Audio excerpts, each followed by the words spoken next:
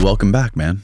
Hey, it's been a year. Been a little over a year. A year. Wow. Yeah. Last time you came on here, we talked about your documentary on Ruwa. Yeah. And shockingly enough, today is the 20-year anniversary of the Ruwa, Zimbabwe. Yep, the 30th, actually. It's the 30th anniversary. 30th anniversary, and it was yesterday, September 16th. It was yesterday, September 16th. Yeah. Wow. Yeah. 1994. 1994. That's wild, man. Yeah. I think about those kids a lot. Yeah? Yeah. What they've gone through, what they're going through. Mm-hmm. I've been talking to a lot of people over the last year about this topic. And, you know, it's there's something strange. I feel like I've made some sort of a connection over the last few months after talking with Whitley and talking with Michael Masters that if this whole phenomena, this abduction phenomena is actually real and it's not just inside people's heads, that it was some sort of reproductive experimenting that was going on, right? Because every single case has something to do with reproduction.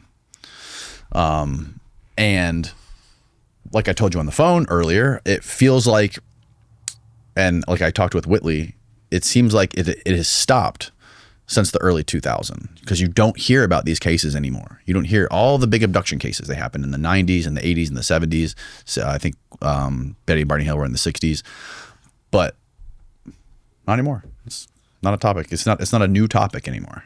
It doesn't seem like. I think it's been, as far as I'm aware, it's still happening. Just from people I know that are working on it, investigating it, even conversations with people recently, because I've been getting a lot of people contacting me from the film. From what film? From the Ruwa film? From the Ariel phenomenon. Yeah. Right. Yep. So yeah, I think it's just not being covered in a serious way. I don't know why people are saying that. That's what puzzles me. Like, well, I don't see it anywhere. Well, it's not. You're not seeing it in the public, right? But I've been hearing about it for nothing has changed as far as I'm concerned. It's just not being. It is being studied through MUFON and different organizations and different private, investigators. Why don't you think it's being? The people that are still having these experiences are not currently like talking about it publicly. I don't think people realize like how disturbing these events are, to be honest with you. There's a lot of people out there. I mean, if you can imagine it, which I don't think you can actually imagine it, anything close to what the reality is like, boy, it makes life difficult for people. And I have to give so many people a lot of credit who've spoken out in the past, who are continuing to speak out, sharing their stories. And I just don't think people realize how impactful something like that is. Mm-hmm. You can see it in the wild. I always compare it to the wildlife and wild animals and nature because we can see how another creature that runs into me in the woods, which has happened many times, and how they react to me, particularly when you're out in far out places in Alaska where they don't see a lot of human beings, or even in Africa where human beings are kind of rare, not everywhere, but in certain locations. And they have a very strong reaction of fear, fight, flight, or freeze, one of those things, and I've experienced it a lot. So I think human beings actually go through a very similar process with these creatures. Saying like maybe there's some sort of internal processing that has to happen before somebody can actually talk about this, especially publicly. Yeah, I agree. Yeah. Yeah, I mean, it is very, very hard to go public. I know quite a few people that have, and the consequences you pay for that, you know. Unfortunately, in the past, there was a lot of ridicule, being diagnosed as crazy or schizophrenic or bipolar. You know, the list goes on. It's been going on since the 70s, really, is when they started to try to medically diagnose these people. So the crazy part, these are witnesses to something, Right. you know, and how it's been, how they've been handled and treated is completely wrong. And it's really, I don't know what to say about that. It's just, Well, so for people that aren't aware, the last time you were in the studio was, I think it was spring of 2023. You came in. If I'm not mistaken, I think it was April or May, maybe. before the hearings, yeah. April, May, yeah. When were the hearings? July 26th. They were, yeah, it was definitely before the hearings last year. You came in here and we discussed your documentary Ariel phenomenon about the 1994 Ruwa of Zimbabwe encounters with the kids in the school there. And then we stopped recording, and then you let me know about all these experiences you have had throughout your life, and you, unbeknownst to me, which is my fault, being a terrible researcher and being terrible at prepping, you were literally on an Oprah episode that has millions of views online about your experiences, and John Mack dedicated a whole section of his Abduction book to you, which I read immediately after that podcast. And I called you up and I was like, Randall, we have to re-record this podcast. Like, this is unbelievable that we didn't talk about this. And you didn't want to do it. So we did it, but you're back, and I know there's certain things that you are uncomfortable with discussing as far as like intimate details of your experiences, but can you lay out for people basically like how this whole thing started for you? Wow, man, I really didn't want to talk about it, you know, like, because it's not about me. Right. You know? Right. It's about all of us, in a sense. So I've been trying to help bring this to people's awareness. I did it for my entire life, and still am. And I'm trying to, yeah, it's not been easy. That's for sure. And I didn't really want to talk about it. I think a lot has happened since our last interview. You know, we had the hearings, and then things got really crazy after that. Yeah. And during those hearings, what was the biggest takeaway from those hearings? I feel like so much has happened between now and then. I don't even remember. Like, it's just like this world is so chaotic. Like, they're trying to kill the president, and then we forget about that because the Olympics are going crazy and they're having people reenact biblical scenes with Apollo, and it's such a circus we're living in right now. It's such a weird reality. So yeah, do you remember what the takeaway from those hearings was? Yeah, I got there. I drove. I just got to tell you, I got there. Oh, you were there. Oh yeah. Oh wow. I sure as hell was going to be there. So when I heard about it, a good friend of mine told me it was happening, and I drove, I think, from Tennessee, where I was screening the film, all night or whatever, I forget. And I got there and I got in line the night before. I was first in line. Damn straight I was going to be first in line. So, because you know, when you actually see these things, when you actually experience them, and have to go through that process of dealing with it yourself, and getting beyond the disbelief that is in yourself that these things are real. I mean, that's part of it too. A lot of people, it's so mind blowing, and people don't understand like how impactful those experiences are. So when I got to the hearings, I was sitting next to Tim Gallaudet. Is that his name? The Navy Admiral, Rear Admiral. No, I'm not sure. He's been speaking quite a bit. And Tim Gallaudet, something like that? Yeah. Okay. Yeah. And I got to say, those people who are coming out from the military side are, they just deserve a lot of credit. This fella? For what they Yes. Okay. Yep. And so I think what came out at those hearings, you had Ryan Graves, David Gruss, David Fravor. Oh, okay, yeah. So you got two Top Gun guys. Yeah. One's an instructor at Top Gun. I mean, come on. Yeah. Grush is, top of the intelligence chain. And they're being honest about what they've seen. Mm-hmm. And a lot of the things that moved me as I was there were the things that David Grush had found out, because that all rang true to me, because I knew before that what he was saying, all those things were true. So, I mean, I cannot tell you the bravery. I have such respect for those people. David, all of them. Lou Elizondo, David Grush, Ryan Graves, and Dave Fravor. And that's just a few, because since that time, so many more people have come forward, and I just, hats off to them.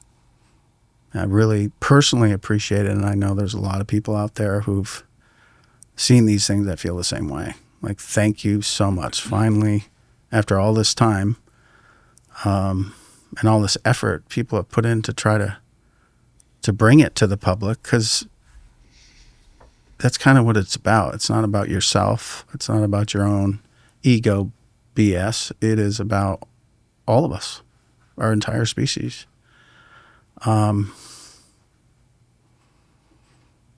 Yeah, so the takeaway from that was, oh my God, we're in a different day. I mean, since that time, we've had a lot more just incredibly brave people coming forward to share what they know.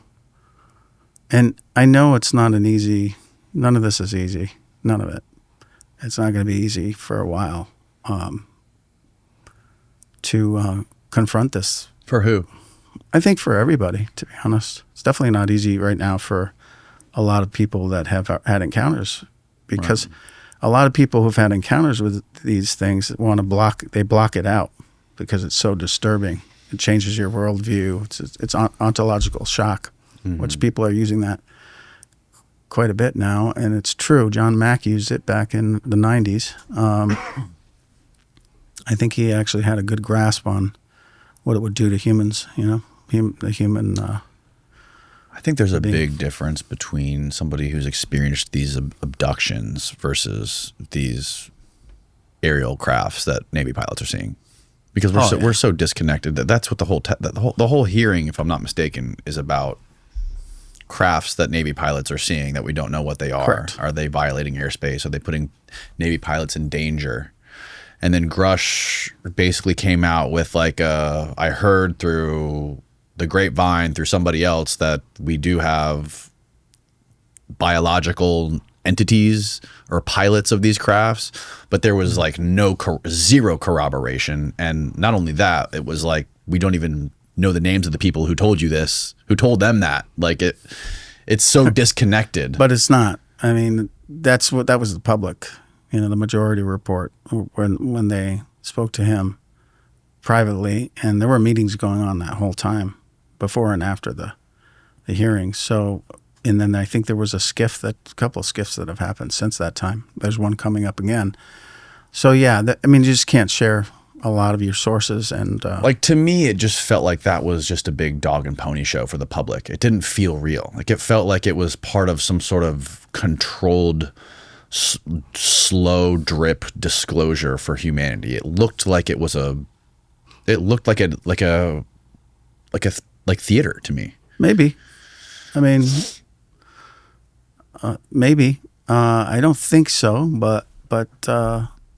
I mean, you got to understand that it is such a big deal that they're going to try to control the narrative in any way they can, because it's such a big deal that it's will affect our civilization in ways that we're not even aware of. Take the stress out of your holiday season this year with me by getting 10 free meals at HelloFresh.com/FreeDanny. HelloFresh is amazing. They make mealtime hassle-free with delicious, home-delivered, chef-crafted recipes that are way less expensive than takeout. Whether you're craving hearty comfort food, trying to please picky eaters, or just looking for a calorie-smart meal plan, HelloFresh has all those options and more on a rotating menu of 50 recipes to choose from every week. Step out of your recipe rut and make fun, flavorful meals without needing to hunt for specialty ingredients. And HelloFresh's pre-portioned ingredients mean less food waste. Easily customized recipes so each meal is just the way you like it. There's always options available to trade or upgrade proteins or swap out side dishes.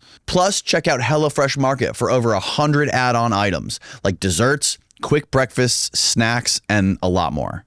And this month, they have Thanksgiving items to help you wow the crowd with minimal effort on your part. And no one has to know. With HelloFresh, it's meal planning made easy. And with someone like me who's always on the go and always busy doing something, it's super convenient for me to grab meals before I hit the road or have something quick before I go to the gym that's not going to take me a lot of time. And plus, all the stuff that I order from HelloFresh is packed with delicious, nutritious ingredients and protein and all that good stuff. And today, our listeners can get 10 free meals at HelloFresh.com/freedanny. Applied across 7 boxes. New subscribers only. Varies by plan. That's 10 free HelloFresh meals. Just go to HelloFresh.com/freedanny for 10 free meal kits. HelloFresh, America's #1 meal kit. And they're trying to get a handle on all that stuff. They have been for a long time. Mm-hmm. You just can't just tell people it's groundbreaking. It may take a long time, actually, for this to... It's not fiction. That I can tell you. It's not fiction. There's something definitely unsettling about, like we talked about this on the phone earlier. Out of all the outlandish podcast episodes I've recorded on this show, there have been 2 or 3 now, 2 in recent memory, that have been fully blocked from YouTube search, meaning that nobody can find them by searching for anything on YouTube, like even typing in the name of the guest combined with the name of my podcast. And those 2 episodes have been one with a guy named Chris Bledsoe, who talked about being abducted, talking about aliens and personal encounters with these entities. And B was recently with Whitley Strieber. You can type in the names of those podcasts, the names of those people, followed by like the word interview or podcast or even my name. And you literally get a list of videos about them from the History Channel that have less views than my video that was uploaded like 2 days beforehand. So if like those videos clearly don't violate any policies, any YouTube policies, right? Which says they can't strike them down or remove them. Mm-hmm. But there's some sort of bizarre thing going on where they're unable to be searched for. So if there is some sort of whoever is behind the scenes operating at this social media company, they're making videos about alien abductions unsearchable and they're hiding it or turning the volume down on them so that people can't find them. It's super bizarre to me. Out of all the content that I've had some questionable people in here before. And like, I don't see why they would choose this topic to silence. Yep. Well, that's kind of why part of it, I think that that conversation we're not there yet to really actually have that. The conversation about with the public, you mean? With the public about personal contact. I think that's... Why not? I think, people, if you look at the way it's gone, we're starting from the outside, about these objects even being real. We're still in that argument, The public is hearing about it, but we're not to what they're doing here, who they've interacted with, why. There's so many things that, I feel, that's why I just don't want to say too much about anything I've run into because it's 2 years away. It's 2 years away. I've been actually told that. Like, yeah, you need to be quiet for about 2 years. And I kind of think, like, what's okay? Who's telling you need to be quiet for 2 years? Oh, man. Since the hearings, I mean, this is just incredibly, I can't even believe I'm saying this. But since the hearings, which was July 26th, I had a man come to my house, military man. I knew he'd seen combat. I could see it in his eyes. And he threatened me for 20 minutes in my own yard. Not kidding. Basically telling me to keep my mouth shut. 4 months later, I got a physical assault. Not by the same man, but the same type of man. And then 4 months after that, that was April, I got another physical assault. I got punched in the chest. And the man, they knew where I was, man. It was so bizarre. And he punches me in the chest. He knew where the cameras were on the street, and then puts his arm around me real quick. I mean, I didn't know this person. He just approached me on the sidewalk, and he was the only one there. And he put in front of your house? No, this was at a restaurant that I tend to go to. You know, once every week or 2 weeks, I'll go to a restaurant, and he put his arm around me and said, "Let's go for a drink." And I'm like, I don't know who the fuck you, pardon my English, but you know, that was extreme. And it actually turned out that man was the same man who was caught on my cameras behind my house, like 3 years before that. So I don't know. And then there's been 3 incidents since. So, I mean, I can't believe I'm saying this. I can't believe it's happening. I mean, I've traveled around the world. I've gotten followed by the Zimbabwean CIO, which is our CIA. I've been confronted by Zimbabwe's intelligence agency? It's called the CIO, yeah. Wow. Yep. I've had intelligence officers follow me in South Africa, Canada. How do you know they were intelligence officers following you? Well, it's in Zimbabwe, it's very clear. Oh. They let you know who they are. Oh. That's nice of them. I made it. I mean, it's when you first experience it, it's shocking. I mean, you were terrified. You realize that this person is very powerful, who they represent. And I was with somebody who knew what was happening at the time too, because I probably wouldn't have noticed it. She did. She can tell you the story too. So oddly, you get kind of educated about who these people are and how they operate. I just never thought I'd see it in my own country like this. For what? You know? Did these guys who approached you, you said one guy approached you in front of a restaurant, another guy came to your house and approached you in your front yard? Yeah, the first time was at my house. And when was this approximately? August 16th, 2023. August 16th, 2023. Oh, yeah. I know. Right after the hearings. It was 5 o'clock, 5:30. What? Did the guy identify himself at all? Did he say where he was from? Did he say? Oh, yeah. I asked him all those questions. Well, first of all, I thought he was somebody who had an encounter himself coming to my house to. That's what I thought, because he was really. He kept talking about the subject matter in a very, very smart, legal way. Like it was so brilliantly done. I can't even tell you. Did he introduce himself or anything? Yeah, and he literally made up the name as he went. And then he told me, I asked him where he worked. He said he'd been in my house before, in my garage, and I knew he hadn't, because he would have seen one of my vehicles. If first of all, nobody comes in my garage unless I know them. And how he described one of the vehicles in the car was if you saw it from the air. Because if he had been in that garage, he would have known that wasn't an original type of vehicle that it was. Well, okay. It looks like a Shelby Cobra, but it's not. Okay. It's a hand-built 1959 MGA with a racing, Corvette drivetrain in it, and it's made for like racing. He pulled it out in the driveway and he saw it on like a reconnaissance satellite or something. I mean, it really. I knew. Anyway, it was just that, and then where he told me where he worked, and I drove immediately after he left to see if he worked there, and it was a fire department he said he was with.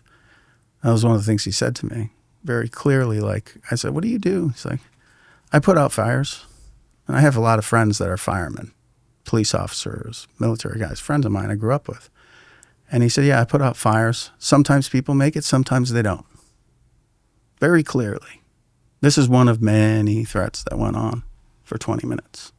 And what I think the reason he stayed so long was because he probably thought, oh, this guy's not really getting it, which I wasn't, because I was, okay, this is somebody, he's coming to me for some reason. And, first you have to see, is he drunk, right? Is this somebody with mental issues, whatever? You go through a list and try to figure out what's going on. And it became very clear toward the end, and which is why he left, because he kept saying to me, I'll be back. I'm going to be coming back often. Very threatening, physically threatening. And this guy could have kicked my ass. There's no on question. Your property. Correct. And I made eye contact. And when he would make the threats, he would be in Connecticut, in Massachusetts. Did he appear to be armed? Not a sidearm. Here. So that was and another. You could tell. I could tell, and one of the things I did right away was put my arms and my hands so he could see them. Okay. Because I understood the gravity of the situation. Like this is somebody who's well trained, and when I'll never forget looking in his eyes, I'm like, oh yeah, he's just like the guys I know that went to Iraq. Friends of mine that went to Iraq and Afghanistan or even Vietnam. He's no longer alive anymore, but man, they came back different, and you can see it in their eyes. Some people call it the 1,000-yard stare. Yeah. It's basically, you've seen things other people just, you've seen the extreme, and it really affects you. So was he direct in any of his communication with you as to what he wanted you to stop talking about? Or was this all just like vague, putting out fires? Yeah, no. There were some direct things. He knew all about the film. That was discussed. But I could tell he was walking a legal line at the same time. Like, it was really brilliant, I have to say. It was terrifying. So what specifically did he tell you to shut up about? Just basically, that's what's been said to me for a long time. Just keep your mouth shut. That's it. Just keep your mouth shut. Yeah. And so then you go into what? Like you're right. just a guy who made a movie about something that happened in 1994, and correct. You were in John Mack's book. But what have you been talking about publicly that would piss them off? I don't know who this is, first of all, but like, right. Let's use our imaginations here. What would you do to provoke them to show up to your house? So I had to think about that, right? I'm like, is this about the movie? I had to really, really do a lot of deep thinking about, okay, what is this really about? Yeah. I think it's some things. I've been very aggressive in a sense, not for any nefarious purpose, but aggressive in finding. I needed to know personally what was going on, who knew about this. So I've been to a lot of places, and I've spoken to a lot of people, and I've seen a lot of stuff. I've seen a lot of things. So I think it's more about that than it is about the movie. Privately seeing people? Yeah, for a long time now. Like who? I can't talk about that, really. I'm not trying to be it's only going to get me in more trouble. But let's put it this way. There's been an awful lot of interest for quite a long time with a whole bunch of us. A whole bunch of us, meaning abductees. People have seen it, yeah. People have come close to it. Yeah. That's no joke. That's not to, I don't think it's a coincidence this happened right after the hearings? No, I think the hearings pushed it to a different level. I don't think they wanted me there, to be honest. I think they were very surprised I was there.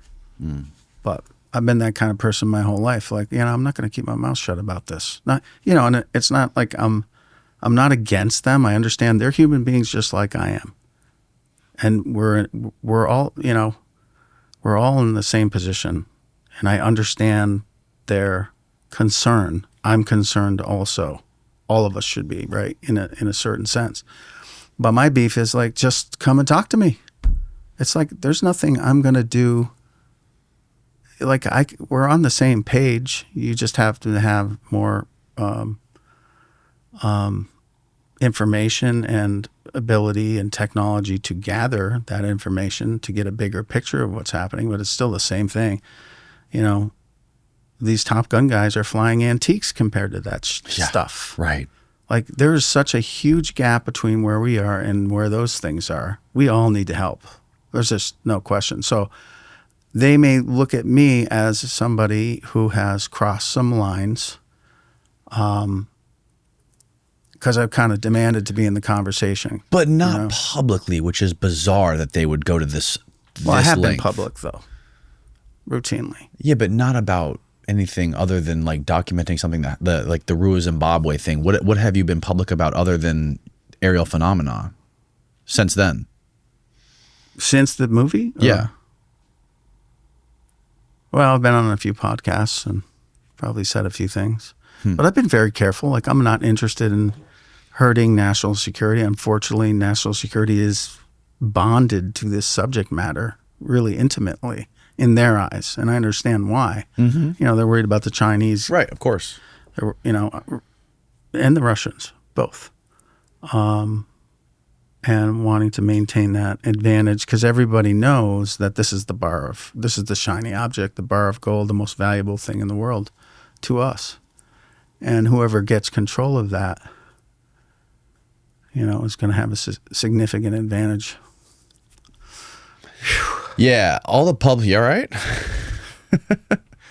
It's football season. Time for tailgates, touchdowns, smashing burgers, and partying like monkeys with my Fed handlers. And that's why this season I'm only rocking with Mando. Because we both know the feds can smell your fear. And that is what makes Mando's whole body deodorant a game day essential. And even if you're not being openly spied upon, you're still going to get stressed and sweaty when it's 3rd and long and the game is on the line. So why is Mando the MVP? It controls your odor for 72 hours, and that's perfect for long game days like at the bar or sweating out that game day parlays with your buddy at the sports book. It's a cleansing bar, safe for your whole body, and it deodorizes everything from your pits, your package, your feet, to everything in between. So it stops odor before it starts. Yes, even after those tailgate sprints to the restroom. And it comes in 4 cologne quality scents like Bourbon Leather, Mount Fuji, Pro Sport, Clover Woods, and new customers get $5 off the starter pack with our exclusive code and link.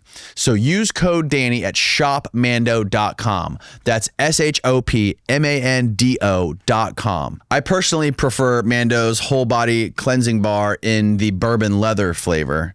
And it's dye-free and aluminum-free, which makes it far superior to the deodorants you're going to find at any grocery store. Mando's starter pack is perfect for new customers and great for last-minute stocking stuffers. It comes with solid stick deodorant, cream tube deodorant, 2 free products of your choice, like mini body wash and deodorant wipes, and it's free shipping.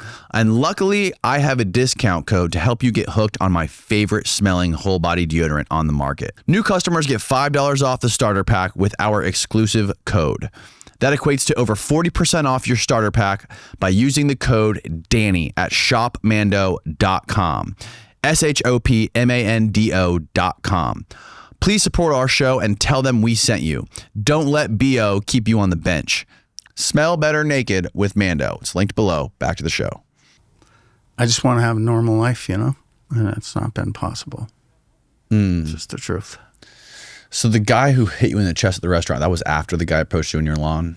And was it the same? Was it the same guy or a different guy? Different guy, but I had him on camera 2 years before that in my backyard. Same guy. What was he doing in your backyard? They GPS themselves on their phone, and I live in the middle of a freaking huge swamp. It's like 700 acres. Nobody goes out there. Hunters, I'll see hunters once in a while. You never see them come out of the woods at night. You know, bears and everything else out there, and you know, sometimes I'll get a guy that picks mushrooms. I'll see, you know, whatever.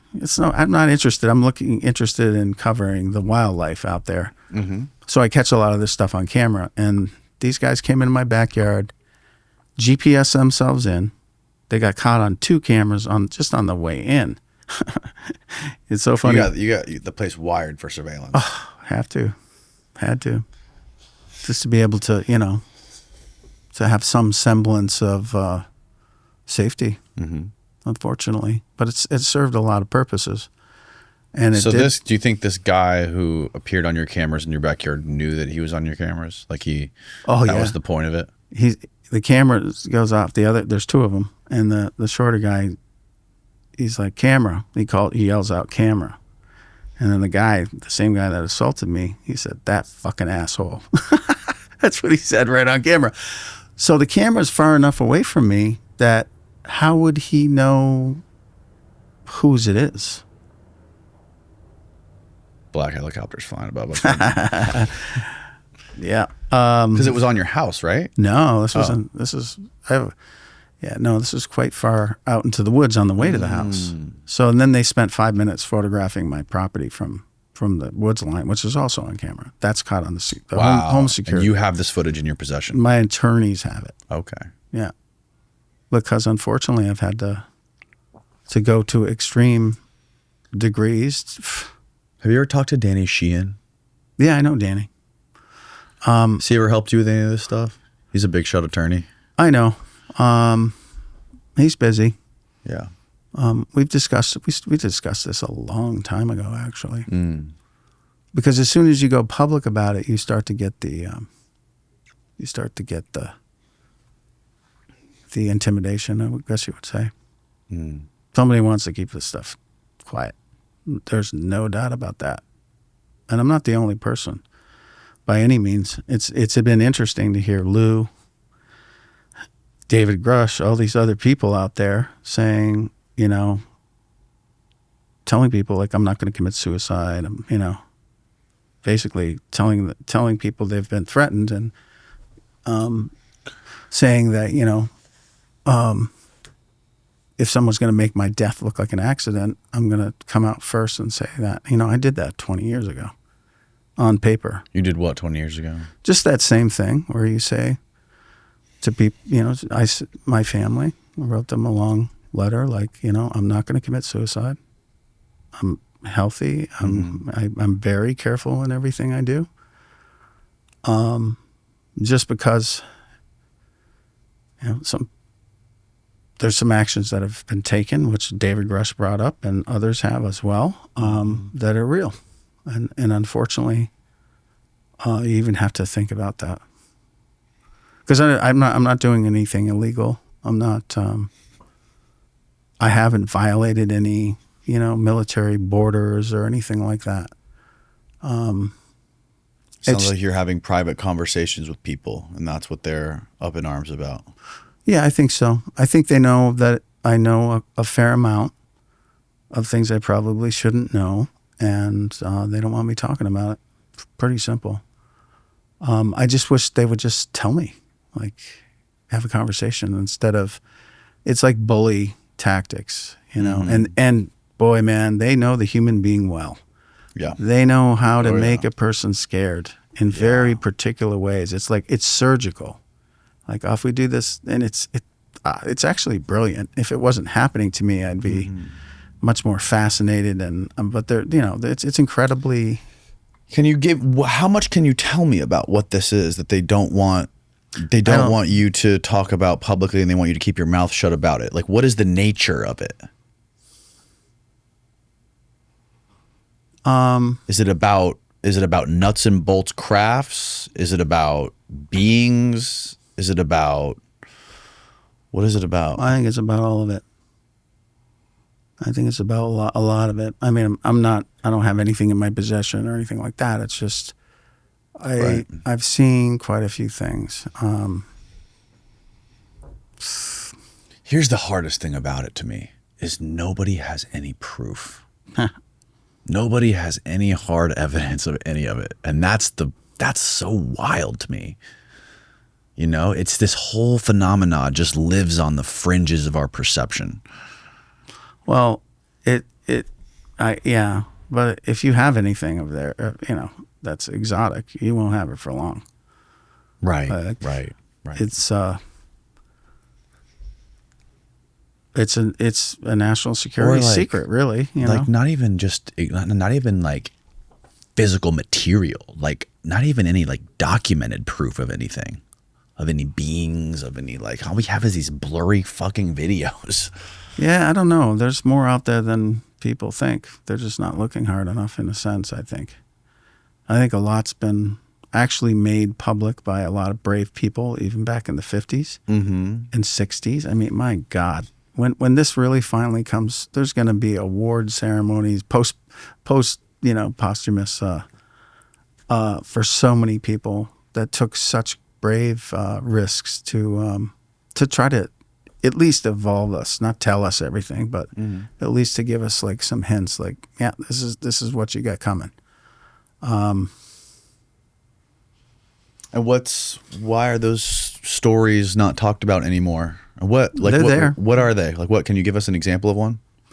Well, you look at some of the documentaries in the 1950s that were done on this topic. Some of the brave soldiers, majors, or, from all different branches who came forward. Kehoe. So many brave people that were trying to tell us, and nothing has changed. Like today, we think, oh, UFOs is a new thing. Well, why don't you watch some of those documentaries from the 50s? Right. It's all the same. It's the same thing. It's just people have decided time after time not to tell us, and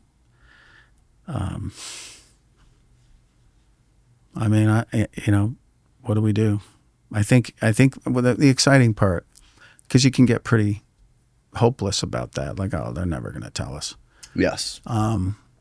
But there's been just some real, and I think it has to do with, where we're at, where things are at. The public distrust everywhere because the and the powers that be. Yeah. Go ahead. I was going to say, here's the problem with the whole thing too. Look at the world right now and the way we view reality and the way we view truth, even just the news, right? It's like the world we live in right now, it's like nothing is real. Everyone picks and chooses what they want to believe. It's like almost like the foundational definition of truth has evaporated. It's so slippery right now that I feel like if the government was to come out tomorrow and say these UFOs are real, they're aliens flying them, and they're from another star system, and they're here to experiment with us, we made a deal with them to do whatever, this, that, and the third. Yep. How many people do you think would believe that's true? And how many people do you think would believe that the government made up that story? I think it would be very tenuous. You've heard of Project Bluebeam, like that very project to mimic this phenomenon for that same purpose. I think a vast majority of people would believe that was made up bullshit. Today, I probably, I don't know. I haven't done the surveys, but like, people don't trust the government. That's what I'm trying to get at. That's the problem. That's the problem. And I think if you really want to look down the road, I think the reason people don't trust the government on a big scale is because they have not told us the truth about something very elemental that even a lot of the indigenous cultures have known for thousands of years. They haven't been honest about it. Like, for a long time, I'm like, who's got a great handle on this? Who do I go to after what I've seen myself? Who do I go to for advice? It hasn't been here. I've gone to chiefs and medicine men in other countries and here in the United States. They know more about it than anybody else. From an overall standpoint, there are people in our country that have a great technical understanding of what we're dealing with, which is mind-blowing. What do you mean? People that have a great technical understanding? Because I really do believe we have recovered their stuff. Oh, okay. Too many people I know that are close enough to know that. And this has nothing to do with the UFO circle. I have my own circle of friends that are just people I grew up with and people I went to school with who are in the military. And they have really cool jobs, or they're with contractors. So anyway, it's the good part. It is becoming normal conversation now. It's never been like that for me. It's just normal conversation, and Well, the UFO stuff is. The abduction stuff is not really. No, that's not. We're not there yet. That's just why. I feel like I need a couple. Not me, but actually, I'd rather just the nuts and bolts flying, UFO military thing has become like a conversation you can have with your, your relatives at dinner. But when aliens pulling you up into a spaceship and extracting semen we're not quite there yet. 2 years Correct. might be more than 2 years, honestly. Or what they're like, how they behave. Yeah, all the weirdness it is very strange. All of it's very strange. Yeah. Well, like I was telling you on the phone earlier too, like I don't know if I've had enough time to process it yet or what it is, but Michael Masters' hypothesis of this extraterrestrial time traveler idea is just the most compelling thing that I've read on this subject, because there's so many pieces of the puzzle that fit, right? Like you have them caring about the planet, Ruwa, Zimbabwe, communicating to these kids that they need to protect the planet and watch out for technology. Like future humans have a huge stake in this planet. Way more so, I would imagine, than some sort of extraterrestrial from another star system would. Number one. Number two, he's an anthropologist. He understands human evolution, understands how rare we are on Earth. There's over 2 million cataloged species of animals on this Earth. 20 of them are hominids. One of the 20 is us, making it like we're like 0.00001% of all living species on Earth that are upright walking hominids, and we're the ones that were able to create technology that could leave the planet.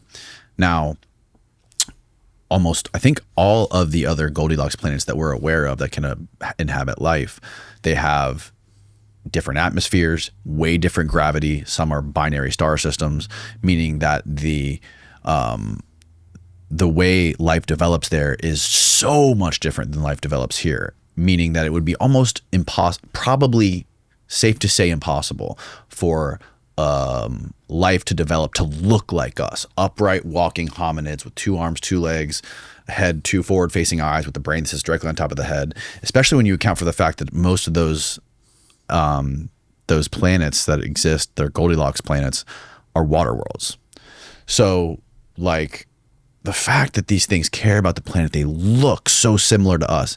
And he looked at hominids from millions of years ago and basically extrapolated to where we are now, how we've evolved from early chimpanzees. And he extrapolated that out into the future and said, we will, fully grown adults, way out in the future, will look like the offspring of our offspring right now. It's a term called pedomorphism, where basically newborn, if you look at our ancestors, like if you look at early chimps, newborn chimps, they look like human children today. But when the chimps evolve, or when they grow up and they become adults, their head goes back, slopes back, the mouth comes out, comes forward like that.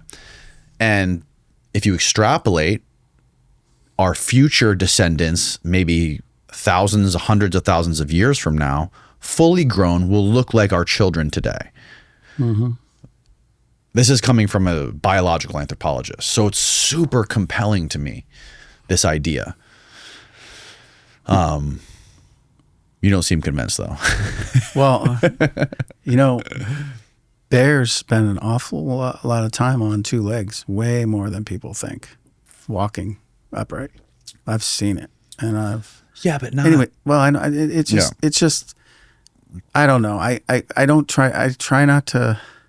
I think the most important thing, because hey, this species could have evolved here. Mm-hmm. That's possible. Mm-hmm. Could be time travel. I'm not excluding anything. Mm-hmm. I've heard so many ideas pitched, and I think it's great. We need to do that, absolutely. But the most important thing for me and a lot of other people is let's just admit that they're here first. Mm-hmm. It doesn't matter where they're from. Right. We'll figure that out. Mm-hmm. And we need as many scientists like Michael. I think I've met him a few times. Yeah. Michael Masters. Yeah. And I think it's great what he's doing, and everyone is. I mean, geez, there's so many people that are just doing incredible work. Yeah. And there's also like so many of these abduction accounts talk about extracting eggs from women, sperm from men, even like the aliens having sex with the abductees, like with Whitley Strieber's account or David Huggins. You're familiar with David Huggins, right? He's a guy. Yeah. He's in Hoboken, New Jersey. Wild shit like that. You would almost like, the first time I ever became aware of any of this was watching David Huggins' documentary that Brad Abrams made, and I was just like, this guy's nuts. Right. Right. That's your reaction to it. Of course it is. I lost my virginity to an alien with huge tits. And he drew these paintings, these amazing paintings. I need to buy one of his paintings. Yeah, I know. I understand. But like, they all have to do with reproduction. Yeah. Right. And if you look at the direction the human race is going right now, with sperm count, with testosterone levels, with the development of technology and our foods being more processed, and pesticides, monocrop agriculture being like, with Monsanto and all these companies basically just like laying these fields with all these pesticides that are people are getting cancer from them. It's like dropping fertility rates, the plastics, the microplastics, and everything comes in plastic. Yeah. And these microplastics are how Dr. Shauna Swan came in here, and she described how since we've been testing testosterone levels and sperm count levels since the 50s, and since the 50s they've been dropping 1% to 2% every year.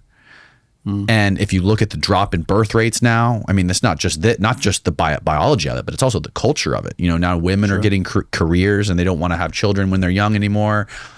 We're becoming more and more homogenized and domesticated as a species.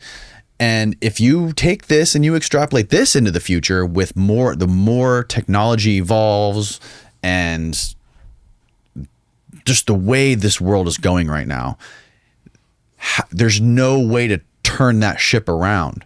So if just like go with the theory that it is future humans for a second, then you take in the account of any sort of natural cosmic cataclysm or a nuclear exchange that could happen that would severely destroy a huge part of the human population, and people would be forced, inbreeding would happen in that case, and it would severely bottleneck our gene pool.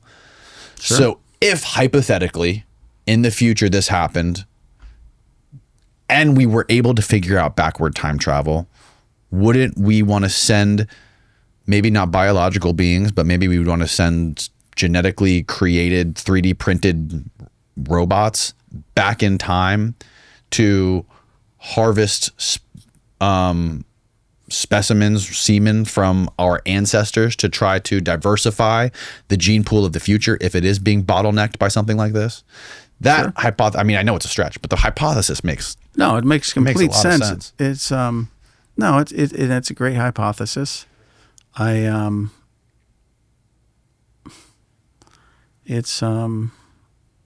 mean, our planet's in trouble, period. We're it doesn't matter. Like, if they were, I'll just make an argument. What if they are traveling back to the future? They're a little late. They should have done that. I mean, from the future, they're a little late because we're in more and more serious trouble. But you also have to understand another species, and this is also theoretical or speculative. They may be looking at us like we do when I spent a lot of time in Africa with primatologists and all these other wildlife people and organizations, and they monitor the wildlife. They care about them. Mm-hmm. They care for them to a certain level, and then when they get out of hand or their environment starts to suffer from too many elephants, so to speak, they mow forests down. You would not believe the destruction. So then elephants too? Yeah. Oh. They devastate an area. Mm-hmm. And then what they have to do is they'll shut that area off and move them into a whole nother area. We're talking sometimes millions of acres. They'll shut off a quarter of it and let it regrow. Right. Because the elephants have devastated it. And then they cull them to keep them, their populations to a certain, when a species overpopulates, you start to get more disease. So anyway, I just see it that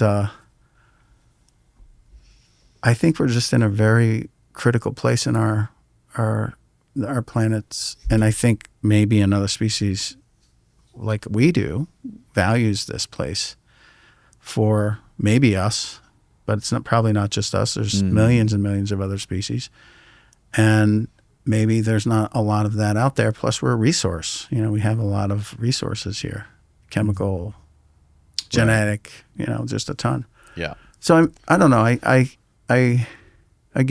think that we have to just realize that it's happening at all before we can really start to get to. Why do so many of the abduction accounts also describe human beings being in the craft with these little weird, spindly alien beings? That's a good question. It's a really good question. Yeah, I haven't had anything like that. But I've heard it. That raises a lot of questions. Why? Why would that be? Have you ever heard any interesting ideas why from anybody you know? I think I've spoken to people about it. Right. They feel like there's been some kind of agreement that was made a long time ago between this dominant species and us, and there's kind of like an educational program going. There's a mutual agreement of sharing to help us evolve, and then allowing them to do certain things. I've heard that for years, and I never thought that was true. There's a lot of stuff I've like, that's just crazy. But when you hear it over long periods of time, and then you have conversations with certain people that are in a place of power or whatever, and you hear that same story, you start to take it seriously. I used to think our government didn't know about this, and it was a bit of a shock to find out that they did. And actually, I felt hope. When you deal with it for a long time, you hope that your fellow man, somebody in our species, is on it, and they are, which is actually a plus for all of us, really. Because the biggest fear I had was like, oh no one really gets it, and no one's paying attention. But yeah, there's a lot of those types of things in this phenomenon that are truly unbelievable to me, But I've seen enough to say, yeah, I can't count that out. Gary Nolan has done amazing things. I think he's a great mind here, and as is Michael Masters, and a lot of these people are just, Have you ever talked to Gary? Did he ever scan your brain? I've talked to Gary twice. No, we haven't got to that point, because he's basically been focusing on military people that this has happened to. It's fine. Okay, yeah. We'll get. Yeah, he has those area of the brain, for people who aren't familiar, that the caudate putamen or the basal ganglia. I forget. I think it's the same thing. That's like more dense with neurons with these people. Correct. Some of them have actually had brain damage. Correct. So that's the other interest, just plainly, the interest that these things have in people they've taken are your genitals and your brain. Pretty much everything else, as far as I know, they're not that interested in. So I wonder what came first, the hypersensitive, active basal ganglia part of the brain, or the experience with these beings? I'm sure it came from the experience. You think it came from the experience? No doubt. Yeah, in my experience. Yeah. So you get influenced by something that is not supposed to exist, and then you have to adapt. Right. That's got to blow your worldview out of the fucking water. There's nothing like that I'm aware of. Better than any kind of drug you could ever take. It's harsh. Yeah, it's harsh. And then it instills a bit of fear. The reality is, when you see something like this, you are not going to be happily waddling along saying, yeah, I want to go for a ride. Take me. That's not the truth. Tired of squeezing into those stiff dress pants for your holiday party? This season, unwrap the gift of comfort with the Game Changer pants from Public Rec. The office pants that look like Monday but feel like Sunday. Imagine clocking in while feeling as cozy as if you were still sitting in bed sipping hot cocoa. With the soft feel and smooth drape, these pants are fan favorites for a reason. Whether you're closing deals in the boardroom, navigating holiday travel, or mingling at a company party, the Game Changers will keep you looking sharp and feeling great. Public Rec is the ultimate men's clothing brand for blending comfort with style seamlessly. And trust me, you will not be disappointed. Stay comfortable this season without compromising style, because with Public Rec's Game Changer pants, you really can have it all. And for a limited time, our listeners are getting 20% off their entire order by using the code Danny Jones at publicrec.com. That's 20% off with code Danny Jones at publicrec.com. I've always been super picky about how my clothes fit and feel. So when Public Rec first said they were going to send me these Game Changer pants, my expectations weren't high. They look dressy and they look fantastic, but they feel like pajamas. It's unbelievable. Plus, they sent me the Go-To hoodie, which is a form-fitting hoodie that's super lightweight and breathable, and I wear it everywhere. The Game Changers are the most comfortable dress pants and the last pair you'll ever need for the office or events. Also, whatever your body type, they come in custom sizes for the perfect fit, so no tailoring necessary. Public Rec doesn't just rock pants, they have a huge selection of high-quality, everyday basics. You can revamp your entire wardrobe with their perfect polos, shorts, and hoodies, like the one I got. Public Rec aims to redefine men's fashion and offering versatile, high-quality garments that prioritize comfort without sacrificing aesthetic appeal, making them ideal for a wide range of activities from work to leisure. And I forgot to mention, I love wearing those pants on the golf course. Stop suffering in regular pants and give the gift of comfort this holiday season. For a limited time only, our listeners get 20% off when you use the code Danny Jones at checkout. That's 20% off with the code Danny Jones at publicrec.com. After you purchase, they're going to ask you where you heard about them, and just tell them Danny Jones sent you. Make your pants great again with publicrec.com/Danny Jones. It's linked below. Back to the show. That's what Willie said. He's like, sometimes I try to have experiences with them. He said he wakes up at 4 a.m. and does yoga and tries to like meditate. No, I think there is an effort. That's the odd part. But to think that it's going to be easy and that you're not going to encounter your primal instincts is, it just happens. It's not that you're trying to think it. There's like primal instincts in you. Where you're like a caged animal. Yeah, essentially. And you respond you respond like a wild animal to them. And I think it's extremely difficult to confront that and to get over that. It's not easy in my experience. I haven't. I just have a hard time with people. You know, I've heard it a few times, and I'm not trying to hurt anybody. It's just not been my experience that, I went with them and and it's like, wait, hang on a second. Mm-hmm. So what about that first, chemical dump that happens when you see them? Mm-hmm. What about having absolutely no control of the situation? You're okay with that? Like completely no control, and they're physical and they're real, and not only that, there's a whole bunch of other things going on that we are just not used to. So anyway, it's just, there's another aspect of this too, is if you don't, a lot of times these people are anesthetized in some way.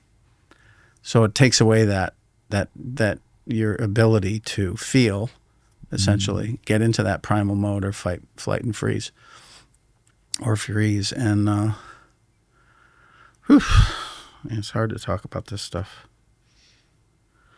Willie said he had an experience where one of the beings like literally started mating with him in his room, and he said he saw an intelligence officer in the room. Like there's a weird connection with like military and intelligence to these things, like especially in his accounts of it. He didn't talk about it all in communion. It's kind of like scattered throughout his books. If you kind of like. I haven't had anything remotely like that. So I just feel I've heard it from enough people, friends of mine who've been through this, to realize there's something to it. I just have nothing like that. Yeah. I think that would even make it more damaging in some sense to know that your own part of your own species is involved in it. Yeah. It's hard enough just with that. But had that a human being been in the room with me, I would have been running over if I could. I mean, this is another thing is all you want to do is be around another human being when you're around them. You want to be around your own kind. It's a very, very bizarre emotion, feeling. Why are they only interested in kids? No, I don't think they are. I think they start when you're young. They start when you're young. Yeah. Do you have any reason to believe they stop at a certain age? I was told that they basically stop when you hit your 40s because you're kind of out of your prime, so to speak. And a lot of the people I know who've been through this, I got to talk about them for a second. I mean, there's so many people out there that they're not public. They're just trying to survive. They've been studied again against their will sometimes, and they get burnt out. I really hope that that day will come, and I don't think it's anytime soon, where people will be able to be recognized, I guess you could say, and that we get the knowledge that they have. Because I see it, some of these people are in their 70s, 80s. And I'm like, oh my God, when they go, so does what they know. That means we have to relearn it, or whatever. I think a lot of people have a bit different pieces of the puzzle. Yeah. What do you make of the theory of some people are pushing that these things are like religious or like have to do with Christianity somehow? Yeah, I don't think so. I mean, I was that way when I was younger. I thought I was raised Protestant Christian, and I put it into that category for a while, of good and evil, and like I was just angry. But over time, I started to look at nature, wildlife. I grew up in forests, so I was very familiar with it, and it just became clear to me like it is just another species. It's not, I can't label, and it really helped me a lot to realize, okay, this is just another animal that's extremely evolved. Right. That can kind of do whatever it wants. It's very much an apex creature, and I'm not as important or powerful to them as I would like to think. And that's been the kind of humbling thing that happens also is realizing your place in a sense. And so I don't even think about it. This is beyond religion. This is really science. And maybe our religions in the past have misidentified this phenomenon. Right. And thought it totally. Because it's all about, the things from the sky. And there's just, I think we're all learning a lot more about that as we grow. I just hope we don't get in an argument on that level, because it doesn't need to go there. I don't see these things as evil, and I don't see them as good. They are just another creature that has, just like us, we have our good sides and our bad sides. We're doing things for ourselves, and we're doing things for others. Yeah. So, yeah, that was actually a very important understanding for me to come to that, and other people also, I think, have. You have to wrestle with it. Yeah. Chris Bledsoe said he's had people in the actual intelligence community verify to him that they are spiritual, religious creatures. I mean, what is that nothing about? Nothing against. I mean, nothing against him. Oh, not at all. I mean, he says it was confirmed to him through people that work for the government. I believe he said that, right? I think that's what he said. People that are like work for the CIA. Like, why would they? Like, that's fishy, I think. When you have people like that trying to tell people like Chris and confirm to him that this these is things biblical? this is biblical. Yeah, see, so but if you listen to, different people who've come forward from the DOD or, the different agencies, the higher level guys, that's what they've been saying, that there's a conflict within the intelligence communities and then the contractors, that there's a side who views this as a religious thing, and there are a side that looks at the science of it and really wants it to come out, because they and I think I've come to that same place. Is like, well, let's just deal with it. Do they really? Does the faction that views it as a religious thing, do they really view it as a religious thing, or do they think it's important for that narrative to be out there? Right, to it's a control to prop up society, right? Because they maybe fear for the collapse of religion or something. Yeah, and those are valid concerns for sure, and I can see why they'd be concerned about that. I mean, I've had it the same way. That was a big deal for me, was to have it confirmed by the intelligence community, and that happened in 2021, for real. But there was no have what implication confirmed by the intelligence community, that I had really been going through what I was going through, personally. Oh, really? Yeah.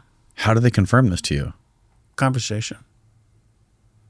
And I can't go too, but I can't say anything who it was, but I knew they were the real deal, and I appreciated that. Actually, it made a big difference for me. When I got that confirmation. This is wild. Well, probably not for a lot of people, but I'm in the circles, so I people know this. Really? Yeah, people know. I mean, I'm probably not the only one it's happened to. You're taken aback. Somebody in the intelligence community confirmed to you that your personal experiences are real. Correct. Huge for me. In 2021. 2021. How do you know this person was legit? Because I could find him. I could on look, like LinkedIn or something. Correct. No. I could look him up, and huge resume. I knew who he worked for, and there was no reason for him to say what he said, and he actually gave examples. So, and that, I mean, it just, when you go through this your entire life and you're questioning your own sanity around it. His first name wasn't Jim, was it? No. Okay. I know who you're talking about. I had a conversation with him too. Yeah. I did. And I did too. You did? I had a phone call with him. Yeah. Wow. No, he was. I also got confirmation from him in a big sense too. There were several people actually, but it was one in particular who sat me down. We left our phones, went out to a back couch, back out of this whole area. Mm-hmm. Had a private conversation, and I laughed through a lot of it because I thought he was joking, And he said, "No, really, you really have to listen to this." And he said quite a few things, but it was. How do these people feel about this?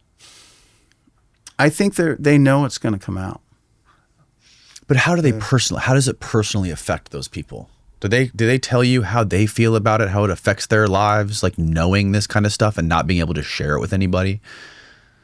Well, can you imagine, they're sort of been in the audience, essentially watching this happen, knowing it's real for a long time. Mm-hmm. So I think in some of these people I've met that they feel good finally that they're doing the right thing. Are they afraid of it? I think it's a mixture. Same with everybody. It's a mixture of awe and fear. And I think that's true because this could literally change all of our lives in a positive way and help rescue us in a sense. I hope so, but it's also terrifying. But I feel like those people I've interacted with feel like they're getting a weight off their chest, like that this is something they feel good about. This is not an operation where they're making here we're going to do this to do this. There's heart involved, and I can tell they actually care, and that's a relief has been a relief. I can't believe what's been happening in the last year. It's really In the last year. yeah. I mean, it's been going on but just this past year has been unbelievable. How so? Just all that's happened, the threats, the people I've met with. Oh, the threats, yeah. Yeah. And the conversations I've had. It's hard to keep up with it. You know, I also have to live my life and work on my next film. And it's like I've been spending a lot of time just like taking in what's happening, because it's hard to believe. And you do have to vet everybody. You know, you really do. You have to be very careful what you believe and who it's coming from and if there is an agenda, what is their agenda. But yeah, it's just, and I know I'm not the only one going through this. A lot of people are. Yeah. And I have to always remember, like, I am kind of on the edge of the curve, you know, edge of the cutting edge of it, essentially, because I demand to be there because it's affected me and affected a lot of people I love and know, and everybody in the movie and everything I've done too. I have to realize the public is not quite there, and they won't be there for a while, and that's okay. I have to be patient, which is why I would love to share a lot more. It's just I just don't think it's going to serve me or the whole disclosure. I think we need to be talking about the craft, and I can't believe we even got into the back-end engineering recovery program. That was a shock. Like, I thought that would come way down the line, but no, it was like the first thing. Oh man, it was a shock. Yeah. Yeah. I mean, how do you feel about it? Like, even hearing what I'm saying, does it set your meters off? I'm still kind of like absorbing the whole I'm kind of on the fence about the nuts and bolts part of it, like with the things that the Navy pilots are seeing. I think I tend to think that stuff is probably ours, like stuff that the military has control of, because why else would it be in a Navy pilot, like a training area for Navy pilots, right? Like, it would make sense that if these guys had just upgraded the radar in their planes, we might want to test some like black military projects on them and see like how it works against our top Navy fighter pilots, right? And I know that, you know, I've read about, and I've read the history on like agencies like DARPA and like some of the black projects that they've been working on forever. And, you know, obviously all of this disclosure stuff has to do with, it revolves around these aerospace companies that are trying to keep secrets, right? They're protected. You can't FOIA them because they're private companies. And I think that's what David Grush was basically blowing the whistle about. Like, his job was to keep track of money, right? And he was seeing that all this money was going unaccounted for to these companies, and like all these budgets were going to them, and they didn't have to disclose anything that they were working on. And I think it was Lockheed Martin and Northrop, yeah, in Ohio, right? So, you know, obviously these companies have huge secrets, and they're spending tons of money on stuff. You know, it makes sense that they've probably figured out anti-gravity, and they probably have developed something. If I was to bet, right? If I had to make a bet on whether an American aerospace company figured out crafts that the way Graves and Fravor described them, I would bet that we have figured that out. Not to say that, you know, this phenomena, I think this abduction phenomenon is a whole separate thing. And I'm still trying to wrap my head around it, because it's just there's no evidence for it.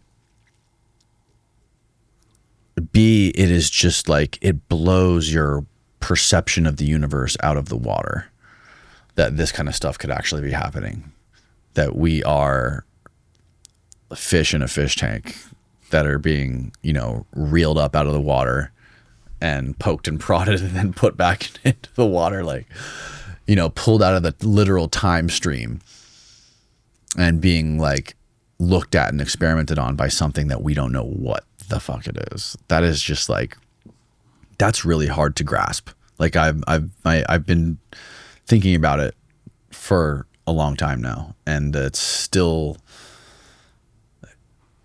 something that I think would really break a lot of people if it became something that was like accepted by the government and this is what it is. Like if they let this out to the public, I think it would really break a lot of people. I agree. That's why it's got to be carefully done. Mm-hmm.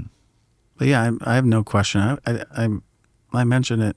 Had a lot of conversations on it lately. I mentioned it to somebody recently. When I was in South Africa, in Zimbabwe, particularly South Africa.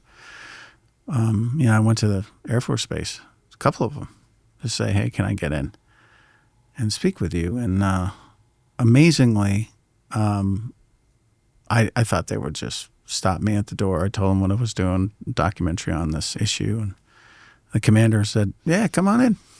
He invited me into this Air Force Base, the main building, and he was a commander. He brought a lieutenant colonel with him, female, blonde hair, and I asked them, "Do you guys see this stuff? Do you know about this?" And they're like, "Oh yeah." They were just very matter of fact about it, and I've also found this in South America, another military I was speaking with. And he said to me, we can tell on radar the difference between the American version, the Russian version, and the real thing. What? Yeah. That's exactly what I said. I was like, what are you talking about? I had never heard that before. Oh my God. Yeah. And the lieutenant colonel's right there. And I'm looking at her. I'm like, are these people bullshitting me? Because I didn't know. And I'm like, oh no, they're really for real. So I was there for probably 20 minutes, and they were sharing this stuff with me. But what it turned. And they had no idea who you were. I had been on the radio over there, trying to bring out the Ariel witnesses and other witnesses in Africa. Mm-hmm. Because when I was doing Ariel, I was also interviewing tons of other witnesses from other events as well. So I think they may have known, they had heard I was in town. It's not a very, if you're in the media in Africa, people know. Okay. So, that kind of, it makes me think about what you're talking about. That do we? Probably. We have great engineers. We've been doing a lot of Townsend Brown, electrogravitic work for quite a long time. So it wouldn't surprise me if we have operational vehicles, and according to certain people I've talked to, like him, and apparently we do.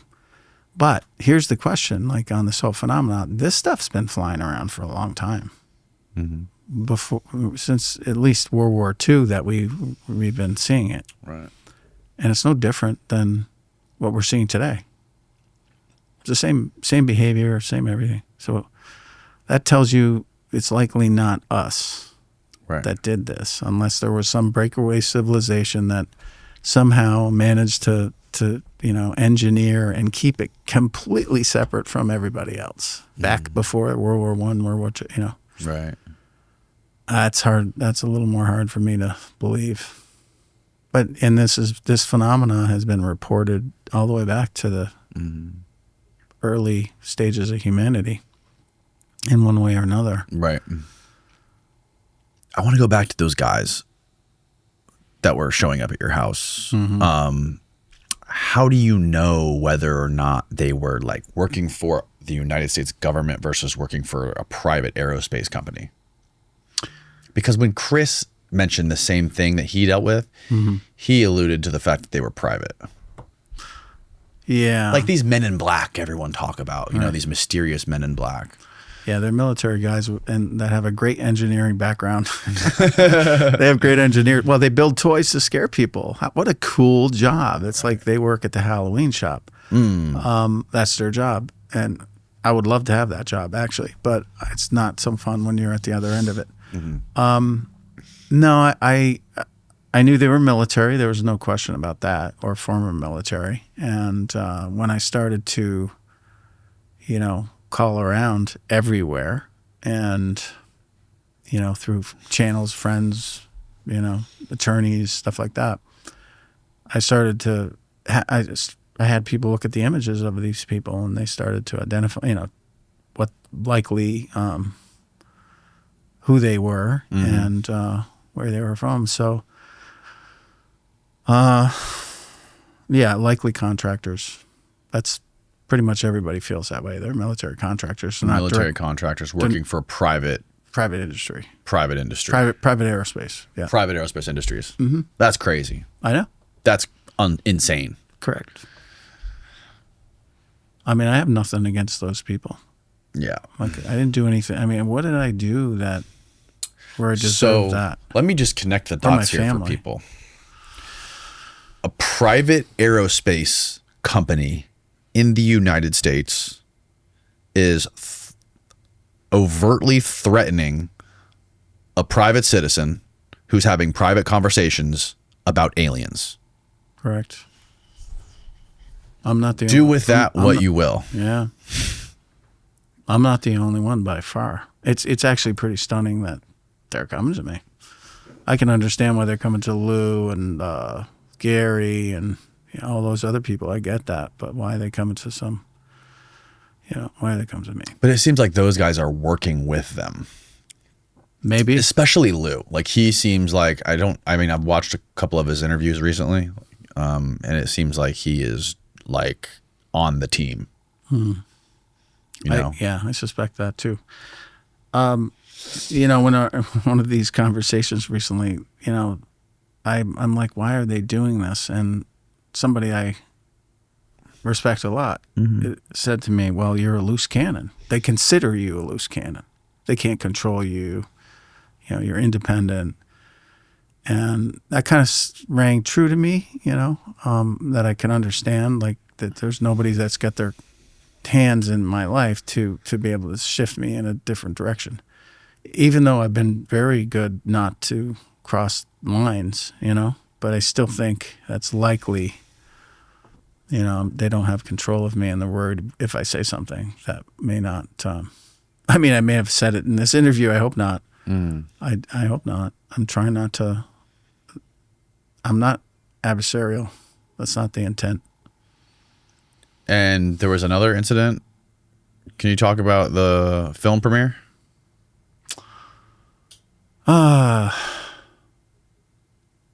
Yeah. So, I'm just debating whether I should. I don't want to get anybody in trouble. It was just very strange. There were a couple people that showed up. My assistant said, "Hey, the military's here." I'm like, "Really?" Mm-hmm. And how do were they dressed up in like military fatigues or something? No. Like, how would you determine someone's military? But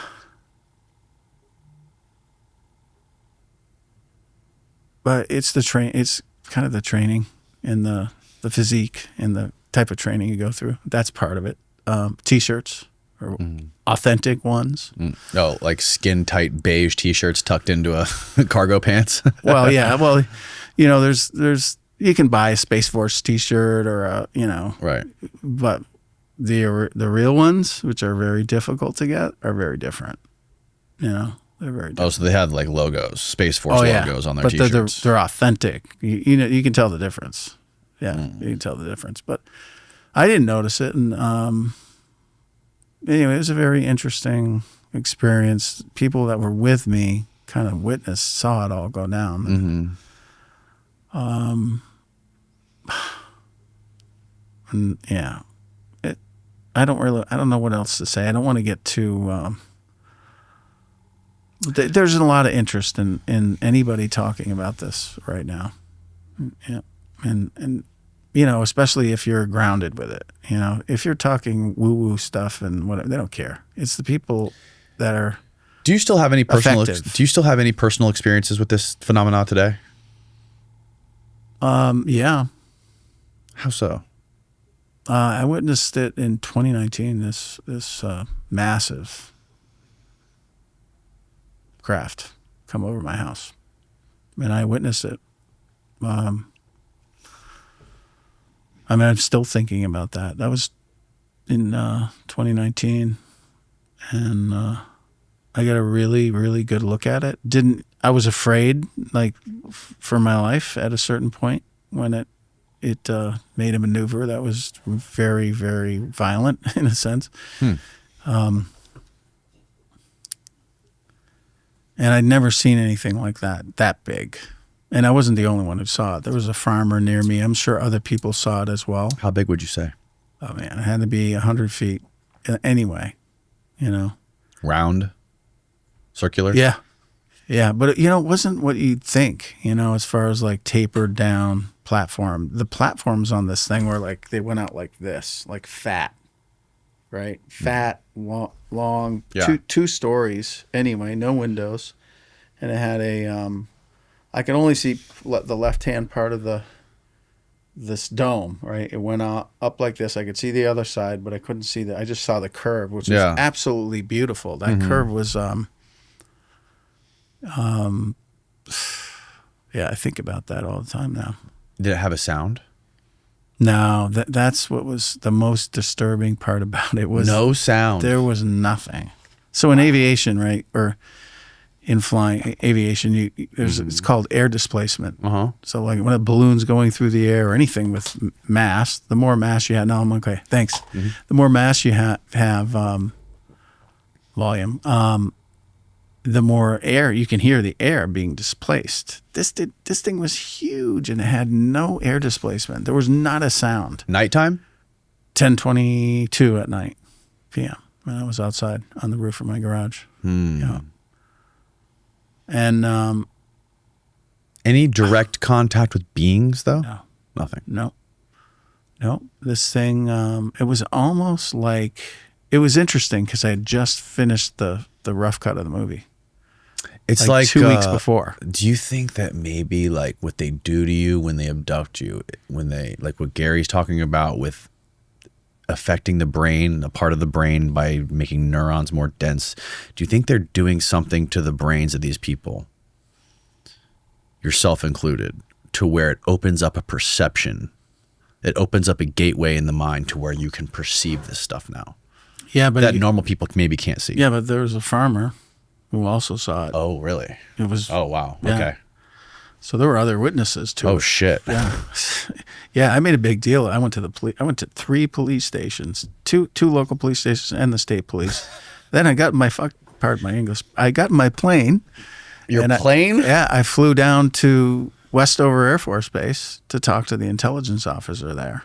And he was supposed to be there. He didn't show up. And then I talked to him on the phone later. I'm like, hey, you guys got a serious security issue here because I'm 20 miles north of you.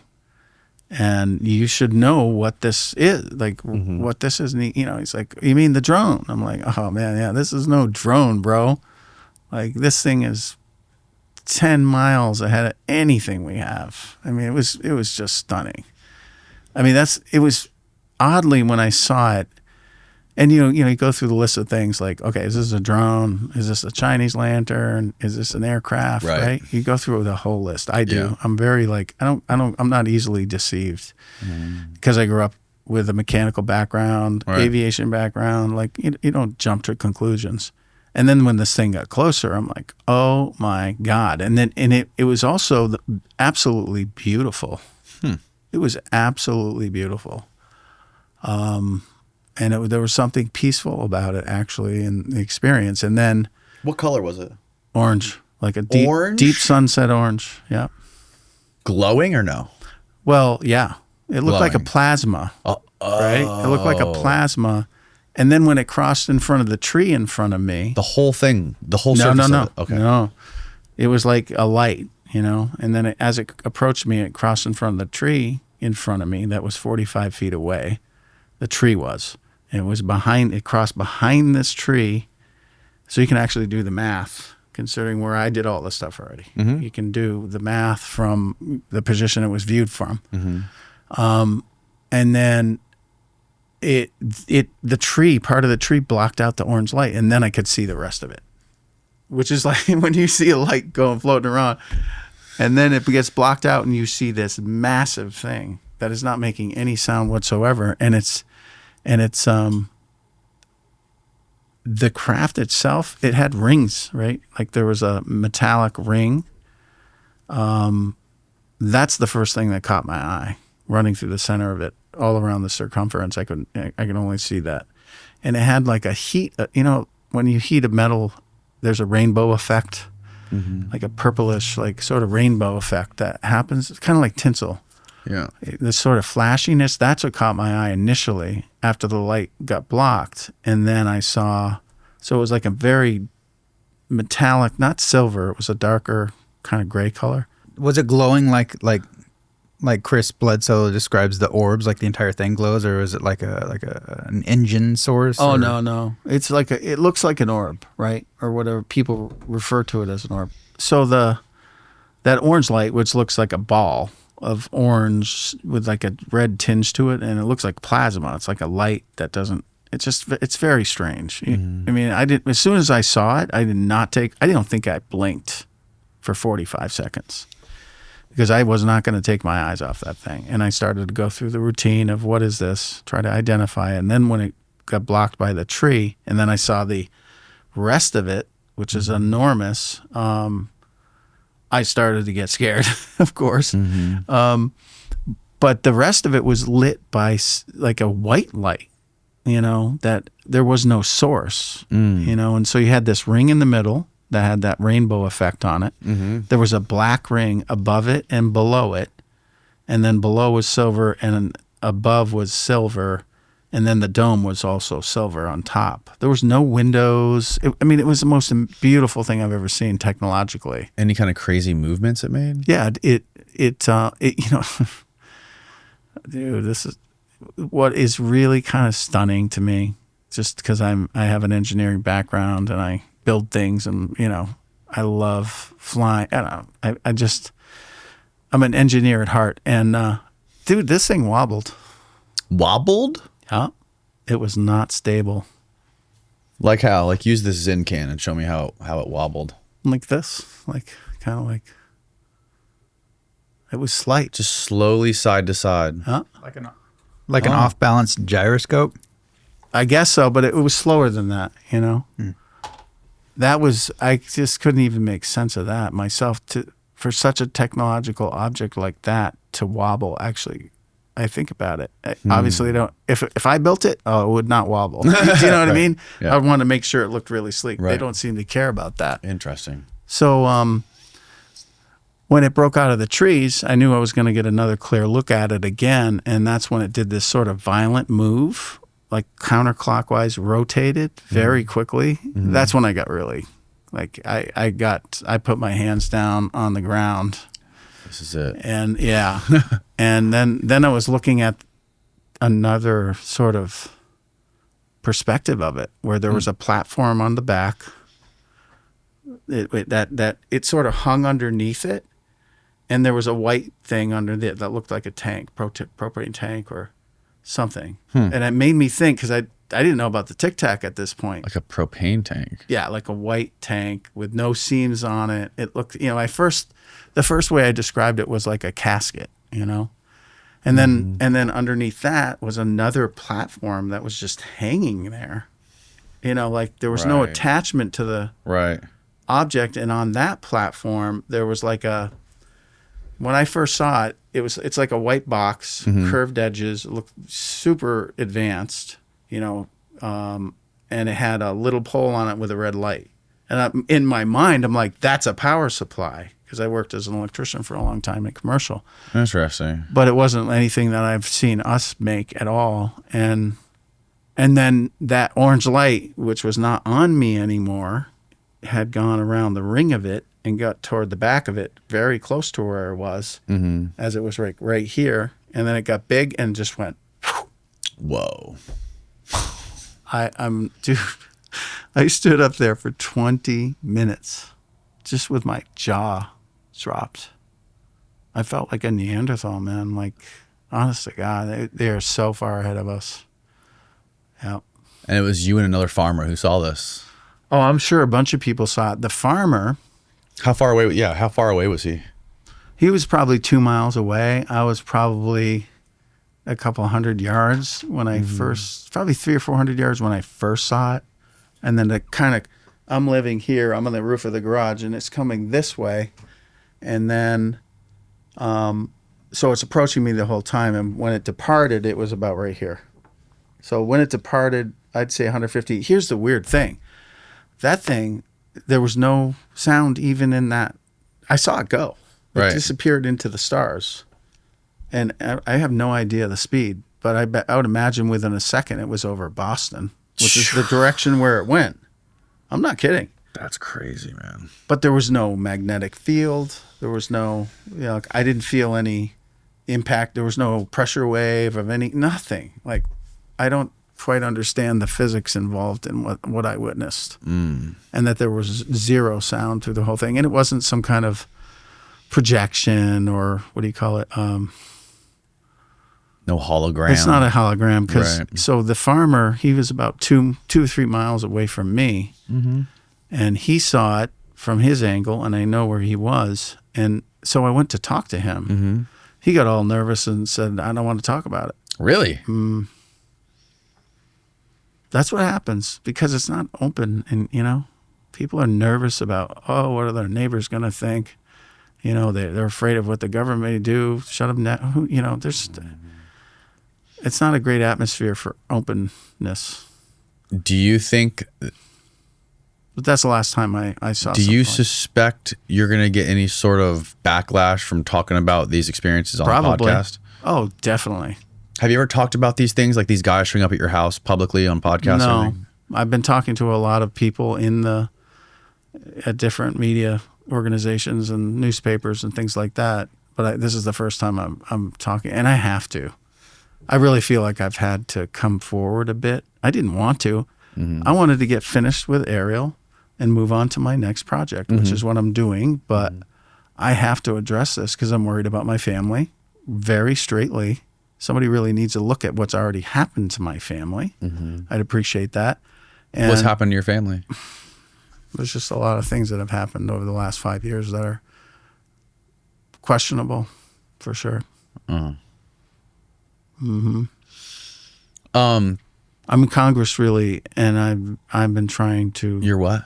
Congress really needs to, to put some kind of protective orders on people because there's obviously a reason it's happening. It's definitely happening to other people besides myself, no question about it. And if it's happening to me, I can't imagine who else it's happening to that I know. It's something that just needs to stop. It's not serving, even if it's serving it's not so it's pretty much bullying, Right. They want you to keep quiet and they're doing it in this way, but that's actually creating a problem in its own right. It just could be better. There's better ways to do things than that because they're creating more problems in the process. And I don't know. I'm just been very concerned. There's no question about that. I wouldn't be talking about it. There's nothing. This is not going to help me. It's not going to help me to talk about this at all. And I already have, and I'm worried now. Oh my God, what's going to be the repercussions? But you're put in a position like, do I say something or do I not say something? I have to, because it's not even about me at this point. It's about people I love and my family. Right. Period. It seems like these intimidation tactics, it's almost like part of them is to scare you scare you away from talking about it to anyone. Correct. Right? And you're sort of going against that grain by talking about it publicly, which Correct. I would imagine would protect you and get this sort of thing on the public record. Yes. In case it does Absolutely. happen again, it's publicly documented. Yep. Yep. No, I appreciate that. And I've been talking with a bunch of other podcasters about this, and there's probably other shows I'll probably go on and discuss it on. And, people want to see the videos and all that stuff. It's like, or the photographs I've gotten, fine. But my attorney, that's in the hands of attorneys. Do you have right any now. photographs or videos of this craft? that you were just talking about? Why wouldn't you be able to talk about that? I just don't want the people wanting to see it at this Just point. the fact your response is I know. basically saying yes. So, but you know, it's not something I'm going to put out, and Right. So it's wide angle. So So this it's stuff, not it's not ideal, it doesn't but it doesn't matter to me. it doesn't got cloak captured. itself from like photographic equipment. It did not. Wow. Yeah, that was a shock for me too, actually. Yeah. But the great part of it for me was it didn't matter. I was there. If I was if I witnessed this kind of stuff on a regular basis, or I had a history Yeah, like what would you do? like yours or like Whitley Strieber's, I would have cameras on myself at night when I'm sleeping in my bedroom. Correct. You put them everywhere. Yep. Do you think they can elude those cameras? If they really want you, they can do it. There's no doubt about that. And they just control everything electronically. Anything electronic, or even if you you go to the extent of having separate power supplies, isolated power supplies. Right. So they can't shut the right. So if they shut the 110 down or the 220 down, you still got 12 You got volts, battery 48 backup. volts, you got 5 volts running, you got solar running. They can still do all of it. That's incredible. That is incredible. That's the control of the atom. I mean, Yeah. the control of very subtle levels of electricity. And What year was it when you went on Oprah? 94. 94. And you were on there with Dr. Mack. Yep, and my members of my family also. Yeah. Was that the first time you were publicly talking about this stuff? Or were you talking No. about it before that? It was 1992, and I didn't want to be public. I was asked by John Mack to do that show in '94 on Oprah, and I didn't want to do it. It took 2 weeks. He kept calling me, and I finally, because he said, Randy, you're going to reach 6 million people. That's what convinced me. I'm like, okay. But when I first went public I had, been meeting quite a few people this has happened to, who were very prominent people, some famous people that were in some of these groups, what do you call it? Group therapy, basically, of people who had encountered this stuff. And if those people had gone public, many doctors, lawyers, different business owners, like very, very prominent people, they could have made a difference, but they were all terrified to speak about it, fearing their reputation. And at that time,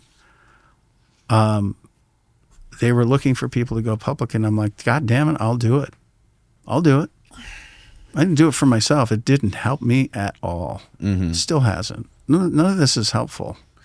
You don't do it for that. If you do it for that, you're going to be found out damn quick what you're doing it for.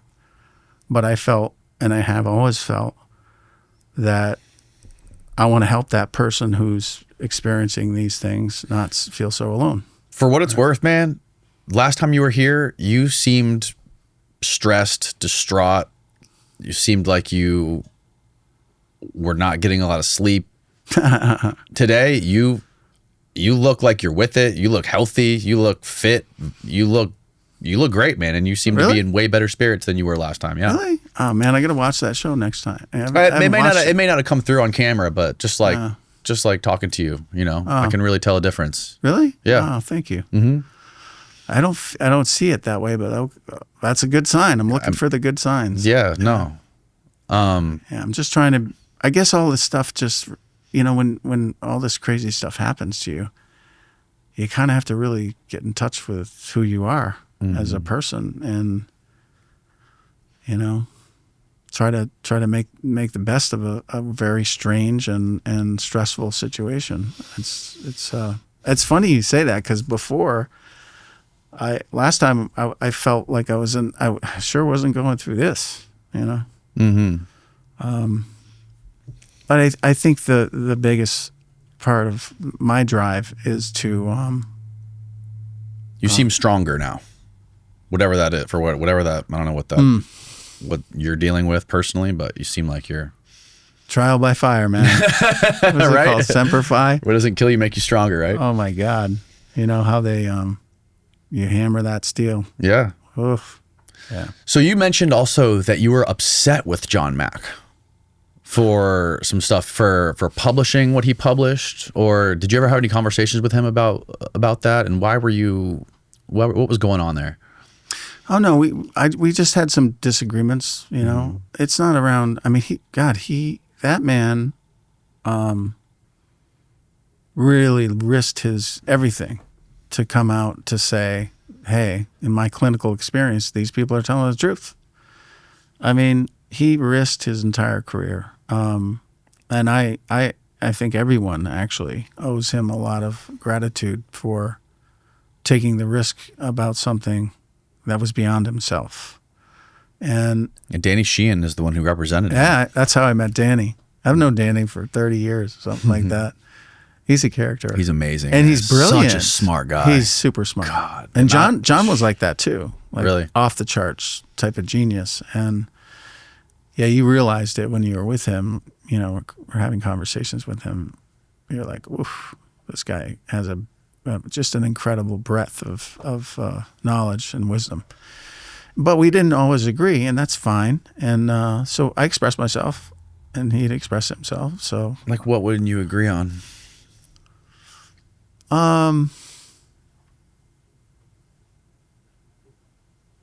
Well, he was running through a bunch of theories, and you know, trying to grasp what this was about. Yeah. And He interviewed how many? Do you know how many people he interviewed or did these regressions with? well, see, I got to tell you something. I didn't do that. This didn't come out of regressions from me, which is why I was unique in that sense. At that time I wasn't unique. There was others like me, but all the regressions did to me was send me back into the trauma. So there wasn't very much information gathered from that at all. And people have to be very careful with regressive therapy because Yeah, Whitley said that was pretty traumatizing. yeah, they didn't get anything because I was and it's taken my own work, you know, over decades. So it was just a straight up interview with you, just basically talking. Oh no, we tried. He tried regressing me. Oh, really? Yeah. It didn't work out so well. It put me right back into the trauma, which that was difficult because I didn't need to go back there. Right. I was curious enough to want to know more. Like okay, I know a lot of stuff happened that I don't remember. I'd like to remember it. But that didn't work at all. So what I had to do was just to go to therapy for long periods of time to work. With him? No. Okay. Oh no, I actually decided to work with people that had nothing to do with or any knowledge of this phenomena. Because I didn't want any. I didn't. You know, there was a reason I did that, and yeah, it took a long time to work through. So he talked to or interviewed. Was it hundreds? Was it over 1,000 people? Do you think? What would you estimate? I think initially there was a small group, and then by the time he did the 1994 book, I think there was 100 of us, and then I'm not quite sure. I know who would know that, but I would imagine he probably did a few hundred more after that. I don't know. If he's doing in-depth work, it takes quite a long time. And what kind of theories did he have that you disagreed with? Well, at the time, and this is still present, there are people that think this is for the good, and this is, you know, there are people that think this is, well, benign or malignant, right? Is that the right way to say it? Yeah. Evil and good. Right. Basically evil and good. And so he would be going that way, and it's been going on for a long time. It's like, it's not even about any of that. I mean, that's our human construct in a sense that right. It has to be this way or another. And I still feel that way. Once you get into good and evil and classifying it, you're missing a lot because there's a lot of in between. that you don't want to miss. It's almost like I get the feeling that they're doing something that is bigger than all of us. It's bigger than any, like you say, bigger than any individual. They're doing something that is something, it's so big and so important that we can't grasp it. I agree. You get little pieces of it, and I agree with that. I think it's beyond a lot of our comprehension. I really do. And there's this big gap that we're trying to bridge, to understand them and conceive. But hey, I've only seen a very small part of this population, whoever these things are. Mm-hmm. I've seen a science team multiple times. And you always saw the same exact beings. You never saw like human beings No, and they were the same crew. It was the same exact crew. That's the way. How do you know that? You can feel it. Really? Yep. You feel it. Yep.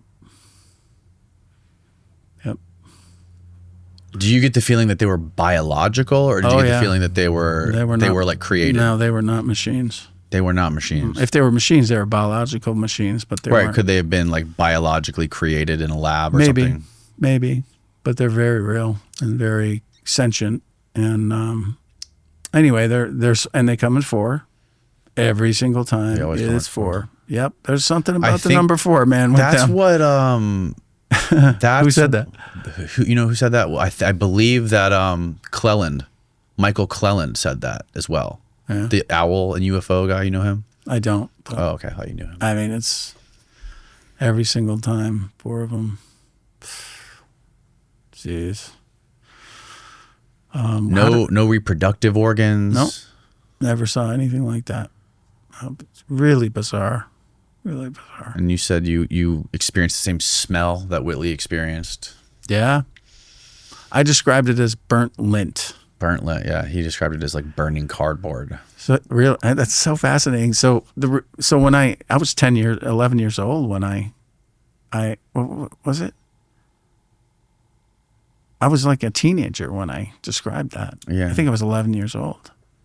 And you experienced it, you described something in that chapter of Abductions the same way Whitley describes it, is he says that when he was, you said you weren't regressed, but he said when he was regressed, he was like jumping timelines in his regressions to back when he was like from like 15 to 10. I think the earliest he went was 10 years old. And you said you went from like a 10-year-old memory back to a 3-year-old memory. Correct. Oh, so yeah. I mean, I did do regression. Mm-hmm. But it wasn't very. It just brought me into the trauma. So I did remember some things, but I tend not to put as much stock as I do with what I saw with my own eyes and felt with my own body, right? But though I don't take that away from anyone. Mm-hmm. I think those, and I did say that, right? That it brought me back to 3, which was 1970, 1971, which is when I think that's when it began. You think it began around there? I do. I mean, I know that at least with you, right? We've discussed it in my family. Mm-hmm. So there were some events that occurred. I brought it up. I had to. When you see stuff like this initially, and you don't know what it is. And Whitley it took me 20 years to believe it myself. And Whitley said it was happening to other people in his family as well. Like he would experience his other family members like on these crafts, or like he would see them there. I can't. Yeah. That's yeah. He said that. Yeah. And communion. Mm-hmm. I haven't read it, so I stay away from the books because I don't need to read them. Mm-hmm. Right. And I don't. When I do read them, I just get more traumatized. I'm not learning any. It does. Yeah. It reminds me of things I have kind of isolated out of my memory. They're still there. I just keep them locked up. Have you ever thought about like, are there, out of all the public abductees or private abductees that you've talked to, do you suspect any sort of commonality or any sort of pattern in the people that they choose? Like the type of people? Mm-hmm. Something about them. They're all very intelligent. That like I went for a long time. I was curious, like who are they? Well, first of all, why me? You know, and then also, who's out there? Like, who else is this happening to? What's the common denominator? Yes. That became a big Right. curiosity for me. Yes. So, I mean, some of these people are off the charts geniuses. Some of these abductees that I've met. I mean, they can read an entire book that's 500 pages long, and then 2 years later, they can quote you line by line out of that chapter. If you're asking about, oh yeah, that was page 56. And Photographic memories. photographic memories, correct. And then, so I think it's a mix of range, and I think there's multiple reasons, but I definitely noticed the brain part because I've met so many just crazy, intelligent people, females and males, and then there's another element that maybe they picked, I don't know, for genetic reasons, or I don't know. But I try to figure that out. I have not come to a conclusion. But you definitely wonder what it's about. So,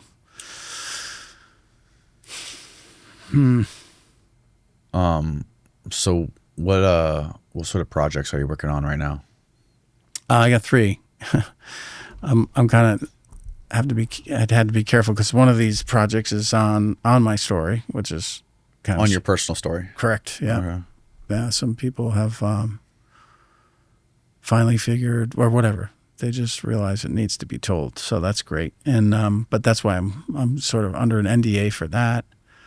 And then I have my next film project, which I can't say anything about because unfortunately It's no people. fun. No, I know it isn't. But in the documentary world, you have to be very careful because somebody will just jump in and take your idea. Unfortunately, happened to me. So, unfortunately, yeah. So these projects are about your personal experiences mainly? No. Oh no, I want to talk about other people's. Okay. I want to tell other people's stories. I made that decision a long time ago. I really didn't want to talk about my own story. Right. You know, it's too difficult, and I'd rather tell other people's stories who don't have a voice. Yeah. So, but yeah. So moving forward and under extraordinary circumstances. Right. Yeah.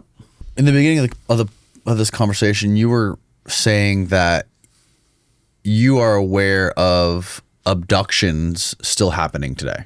Yeah.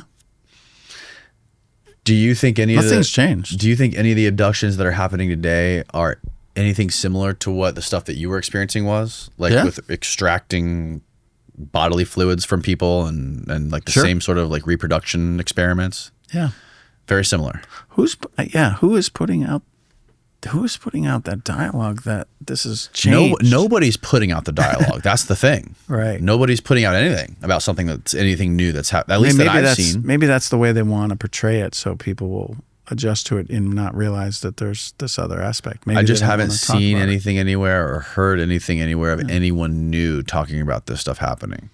And I don't know if that's just because that, I don't know if the reason we only hear about stuff that happened 20 years ago is because that's like naturally how long it takes somebody to be comfortable to talk about this stuff, or if people are just choosing not to talk about it, or if it's being suppressed or whatever. Yeah, I think all those are true.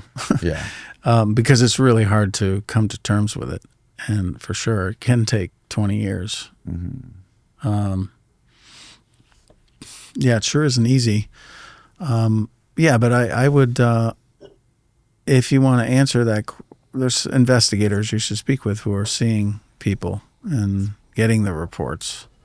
What kind of investigators? Through MUFON, I believe, has their really? own department for abductions, for people to contact them. I think also a lot of people saw what happened to the people I was around that whole time and how abused we got by the media and ridiculed, and oh my God, it was brutal. And that maybe that has informed their decision not to be public about it. But I've met quite a few that it's ongoing, and if it has stopped, great. But I just don't believe that's the truth. Is there a certain like geographical area that it seems to happen more than others? Do they stay away from big cities? Do they only go to like open? No, it's everywhere. Rural land. I think big cities less so, but it's all over the planet. I had a woman from Japan approach me at one of my screenings recently. I mean, this is fascinating, and this is the most rewarding part for me personally. Mm-hmm. Is people approach me at my screenings afterwards, and they say they'll give me a note, or they'll just tell me like, thank you for validating my experience. It's been happening since I was a child. Or that's the most beautiful thing, and I always share it with my crew because, like, my people I worked with, like, hey, this is the kind of effect you have. We've got stacks of letters and emails from people and yes, this woman from Japan recently approached me. I'm like, oh my God, I mean, I knew it was everywhere. I've met people from China, Japan, all over pretty much every single country at this point. Mm-hmm. It's the same thing. The same thing. We think we have borders. These things, this operation doesn't have any. They're covering the entire planet. Are there any accounts or stories people have told you that just doesn't fit into anything you ever heard? Or like, has there ever been something where someone came to you and be like, look, this is what happened to me, and you were like, whoa, I've never heard of this before? No. Or like any new kind of beings that they describe that you've never heard of? Or well, maybe I've heard a few, but it's pretty consistent. It is. It's pretty consistent. That's the other thing that's why people started researching it, was the consistency amongst stories, even from people separated by oceans, all across the world, was the consistencies of many things, not just the description of these creatures, but the procedures, the technology. It's that's all repetitive. Consistent. It's all consistent. So there's a strong body of work. I think it's 90% the same, and then there's 10% that are these outliers that people experiencing reptile-like creatures and this and that. I don't know, but 90% of them are these little 4-footers. Have you ever asked them or communicated with them, asked them who they were? I don't think you have the chance to do that. I don't know. You just don't. Because it seems like there were a lot of people who did ask them that, at least from some of the accounts. In what position? The accounts that I've read about in various books of abductees or people that have just ran into these things, like randomly in the middle of Colorado or Utah or somewhere. Maybe not all abductees, but at least like having face-to-face encounters with them where they would communicate with them telepathically. I know there was a few of them in Mike Masters' book, Extraterrestrial Model. He lays out at least a half dozen accounts, documented accounts, where people asked them like where they were, who they were, or where they were from. Mm-hmm. You've never talked to anybody who had anything to say about that? It's just limited. You're limited.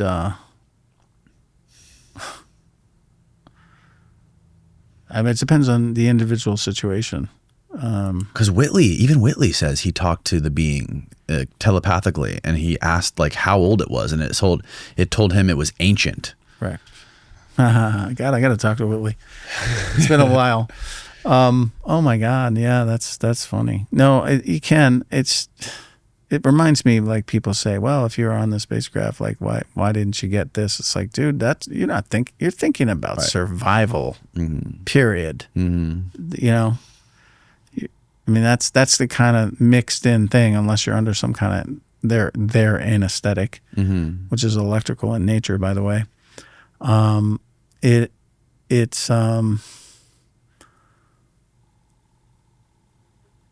It's difficult to get those questions in because that's not what hasn't been with me. That's not been my primary like I would like to survive, Right.